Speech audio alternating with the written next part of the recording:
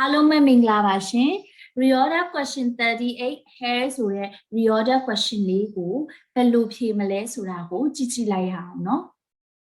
Pathama uso skimming and scanning log lai me. Structural hair components stress strain hair two main parts hair is raw and hair ka repeated word ဖြစ်တဲ့အတွက်ကြောင့်မို့လို့ဒီစာပိုက်ဒီ hair အကြောင်းဖြစ်တယ်ဒါပြီးရင် topic sentence ကိုရှာကြမယ်တစ်ကြောင်းပြီးတစ်ကြောင်းဖတ်သွားမယ်နော်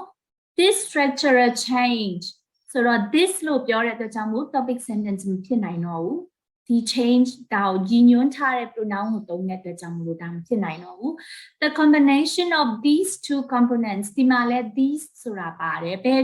two components ဒီ two components ကပါလဲမသိသေးဘူး topic sentence မဖြစ်နိုင်ဘူး hair consists of two main parts the cortex and ဒီဟာဒီမှာသူတို့နှစ်ခုအတွဲဖြစ်လောက်တယ်เนาะဒီမှာ two components ဒီမှာလဲ two main parts ဆိုတော့အတွဲဖြစ်လောက်တယ်ဒါပေမဲ့မသိချသေးဘူးနောက်ထပ်တစ်ခုပြန်ဖတ်မယ်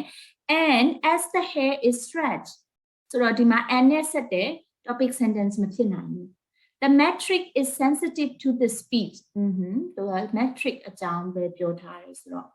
မသိချသေးဘူးเนาะဆိုတော့ hair အကြောင်းဖြစ်တယ်ဆိုတာကို skim and scan လုပ်လိုက်တဲ့အခါမှာသိတဲ့အတွက်ကြောင့်မို့လို့ဒီစာကြောင်းဒီ topic sentence ဖြစ်ပုံများတယ်ဆိုတော့ဖတ်ကြည့်မယ် hair consists of two main parts the cortex which is made up of parallel fibrils and the matrix which has an amorphous random structure ဆိုတော့ဒီမှာနှစ်ခုပေါ့နော် cortex နဲ့ matrix ခုနကပြောတဲ့ဥစ္စာပေါ့နော်ဒီမှာ cortex နဲ့ matrix ဟုတ်ပြီဒါပြီးတော့သူ့ရဲ့အတွဲကိုရှာမယ် matrix is sensitive to the speed at which and သူ့အတွဲဒါဖြစ်လောက်တယ်เนาะဒီမှာ matrix ကပါလဲ cortex ကပါလဲဒီမှာပြောထားတယ်ဆိုတော့နှစ်ခုစလုံးဒီမှာပါတယ်ဆိုတော့ဒီဥစ္စာဒီသူနဲ့အတွဲဖြစ်လောက်တယ်ဆိုတော့ဒီမှာ two main parts ကိုပြောတယ်ဆိုတော့နောက်ထပ်အတွဲကိုပြန်ရှာမယ် and the combination of these two components ဒီဟာဒီသူ့ရဲ့အတွဲဖြစ်လောက်တယ်ဒီမှာ matrix နဲ့ cortex เนาะthe two components two main parts ကိုပြောတာ The combination of these two components you explain is what gives hair the ability to withstand high stress and strain ဆိုတော့ဟုတ်တယ်ဒါသူ့ရဲ့အတွဲဖြစ်လောက်တယ်ပြီးတော့မှတခြားသူ့ရဲ့အတွဲကိုပြန်ရှာမယ် and as the hair is stressed its structure changes